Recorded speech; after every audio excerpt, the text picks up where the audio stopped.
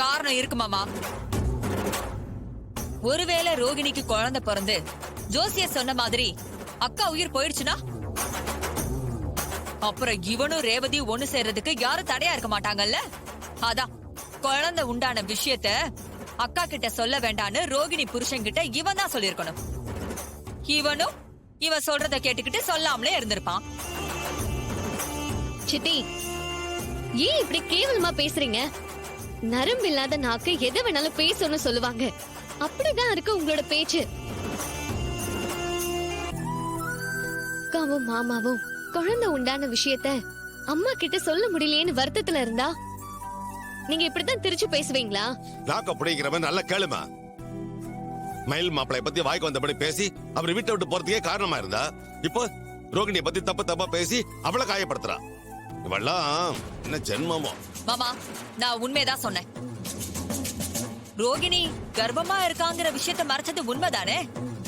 பிறக்க போற குழந்தையால இங்க யாருக்கும் எந்த ஆபத்தும் வந்துடாது. அத்த, உங்களை யாரோ போய் சொல்லி ஏமாத்திருக்காங்க. இதெல்லாம் நம்பாதீங்க.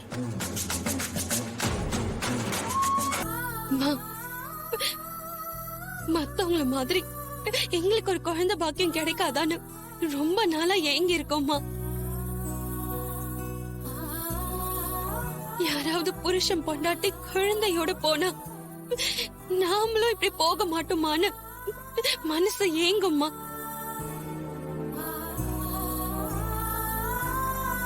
கடவுள் அருளால எங்களுக்கு இப்பதான் குழந்தை பாக்கியம் கிடைச்சிருக்கு.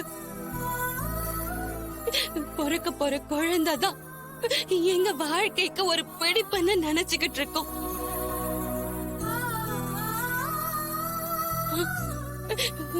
அந்த குழந்தைய பெத்துக்கிறதுல என்னம்மா தப்பு இருக்கு? நீங்களே சொல்லுங்க.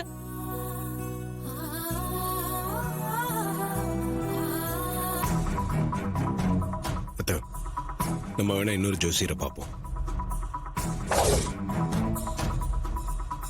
நீங்களே கூட யாராவது வர வைங்க. இல்லைன்னா சொல்லுங்க, நான் வர வைக்கிறேன். வர்றவர் ரோகிணியோட ஜாதகத்தை பார்க்கட்டும். அவர் என்ன சொல்றாருன்னு கேட்போம்.